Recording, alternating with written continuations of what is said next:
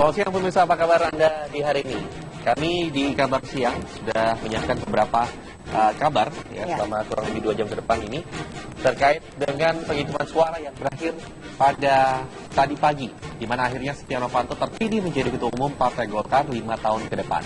Kandidat Ketua Umum yang lain, Ade Komarudin, tak melanjutkan putaran kedua pemilihan dan memberikan suaranya kepada Setia Novanto. Ya, kami akan rangkumkan kepada Anda bagaimana dramatisnya pemilihan Ketua Umum Golkar di Nusa Dua Bali. Bersama saya Sira Safira dan rekan saya Juan Alexander Wakinilah. Kabar Siang selengkapnya untuk Anda.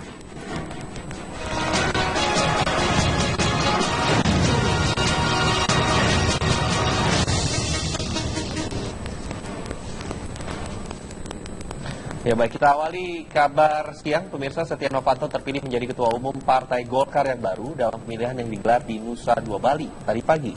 Novanto akan memimpin Partai Golkar hingga 2019 mendatang.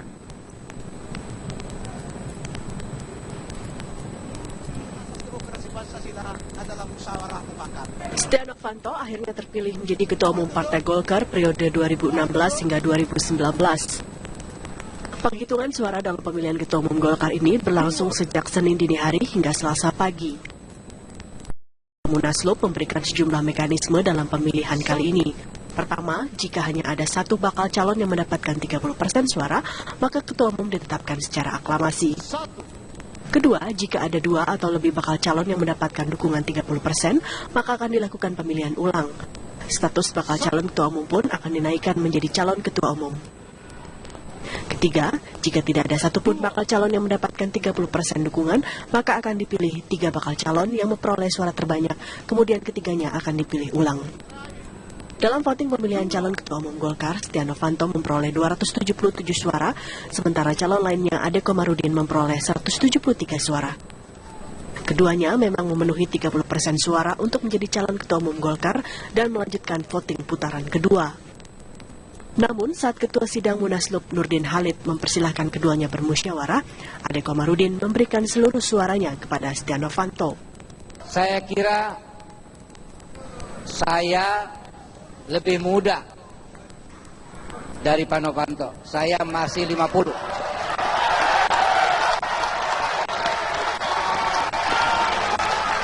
Pak Novanto sekarang 60. Masih ada kesempatan saya di masa yang akan datang.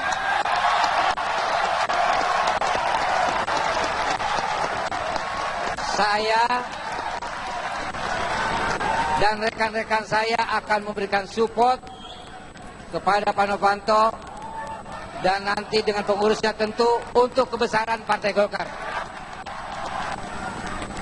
Pernyataan Ade Komarudin ini akhirnya mengukuhkan Setia Novanto sebagai Ketua Umum Golkar yang baru. Maka dengan ucapan Bismillahirrahmanirrahim, kita tetapkan Bapak Setia Novanto sebagai Ketua Umum Partai Golkar periode 2014-2019. Setia Novanto memperoleh total 554 dari 560 pemilik suara yang memberikan hak suaranya dalam pemilihan Ketua Umum Golkar pada Munaslup kali ini.